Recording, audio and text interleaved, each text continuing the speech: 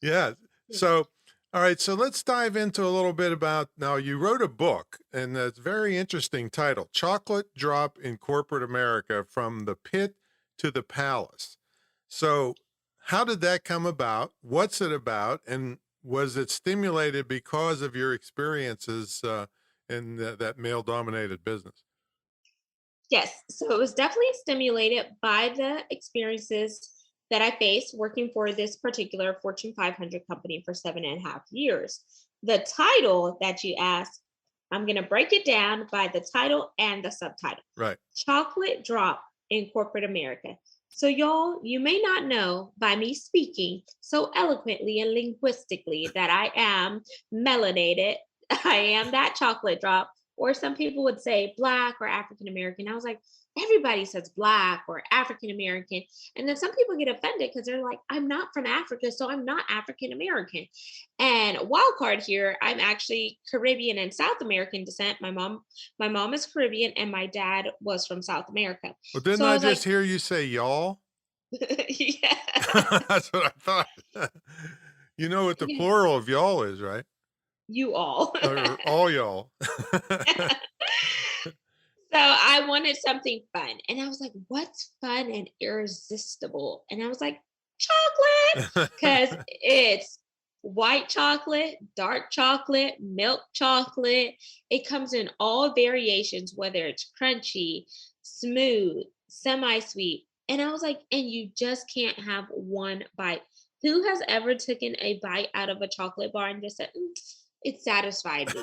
I'm sure Right. no one.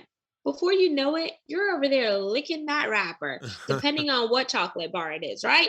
So I was like, I'm that chocolate drop in corporate America because I worked in corporate America. Now for the subtitle, Tom, I'm like, from the pit to the palace. Because in life, I had to go through some dark seasons and some pit experiences in order to solidify and come into understanding of who I am and not whose I am. Because when you know who you are and you know your why, you're going to walk with confidence. You're going to hold your head up high and you are going to act like your poo does not stink because you have ownership, right? Yeah. And that's what it was, from the pit to the palace. Because if I told you that I overcame depression at a young age because I was a victim of bullying, that I went through loss because I was laid off twice when I was a teenager. My very first job, I did not want to go into fast food. So I found me a job before someone could find me one, and it was real estate. I was a personal assistant to a broker at Remax Preferred Homes. Then after that, I worked at the Cy-Fair Cancer Center.